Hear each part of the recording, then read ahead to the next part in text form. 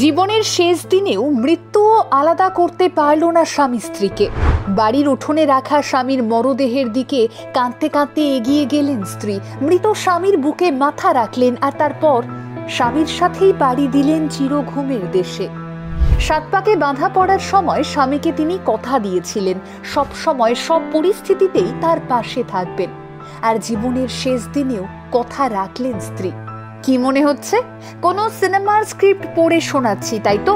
না, তা নয়। কিন্তু এই ঘটনা ঘটেছে এই বাংলার বুকেই। মুর্শিদাবাদবাসী সাক্ষী থেকেছে তার। কথায় বলে, বিবাহ বন্ধন মানেই 7 জন্মের বন্ধন, একসাথে পথ চলার অঙ্গীকার। জন্মান্তর বলে সত্যি কিছু হয় কিনা জানি না, তবে এই ঘটনা ভালোবাসার অধ্যায়ে একটা নতুন পাতা জুড়ে দিল বইকি। গত সোমবারের রাত মুর্শিদাবাদ জেলার ভোলতা গ্রামের বাসিন্দা শঙ্কর মণ্ডল বার্ধক্যজনিত কারণে গত হন। শোনা যায় দীর্ঘদিন থেকেই নাকি অসুস্থ ছিলেন তিনি।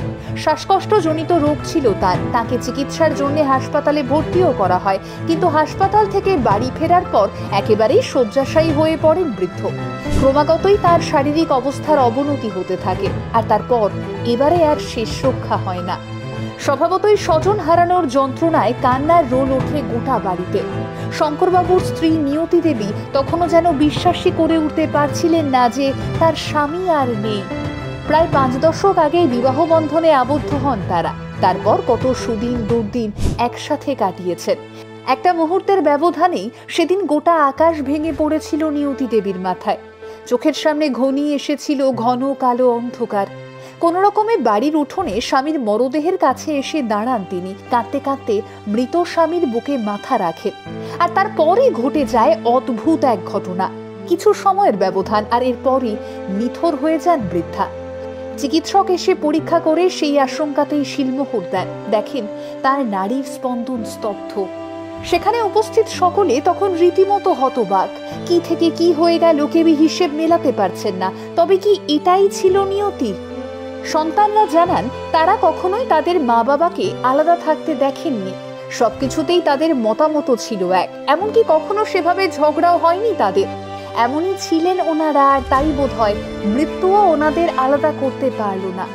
প্রিয়জন বিয়োগে পরিবারের সদস্যরা কষ্ট পাচ্ছেন ঠিকই, তবুও কোনো একটা জায়গায় যেন নিজেদের সান্ত্বনা দিচ্ছেন এটা বলে যে তারা এতদিন যেভাবে একে অপরের পাশে ছিলেন এখনো সেভাবেই একসাথেই আছেন। এই ঘটনার কথা সামনে আসতেই কিছু মানুষের বক্তব্য উঠে আসে। বিষয়টা নিছকই কাকতালীয়, তার থেকে বেশি কিচ্ছু নয়। তবে একটা বিরাট শতাংশের মানুষই বলছেন এটাই তো ভালোবাসা। সময় ভালো হোক বা খারাপ, একে অপরের পাশে থেকে যাওয়া, জীবনের শেষ দিনটা অবধি একসাথে থেকে যাওয়া। আজকের দিনে যখন 1-2 সামান্য ভুল বোঝাবুঝির জন্য সম্পর্কে বিচ্ছেদ হয়ে যায়, তখন শঙ্করবাবু আর নিয়তি দেবী চোখে আঙুল দিয়ে দেখিয়ে দিয়ে গেলেন, পরিস্থিতি যেমনই হোক চাইলেই একসাথেই থেকে যাওয়া যায়। শঙ্করবাবু এবং নিয়তি দেবী একে অপরকে সত্যি ভালোবেসেছিলেন, আর সেই ভালোবাসার জোরের সামনে হারতে হলো মৃত্যুকেও। একই দিনে একই জায়গায় একই সাথে বাবা মায়ের শেষকৃত্য সম্পন্ন করলেন সন্তানরা। জীবনের শেষ মুহূর্তেও মৃত্যুও আলাদা করতে পারল না দুজন ভালোবাসার মানুষকে।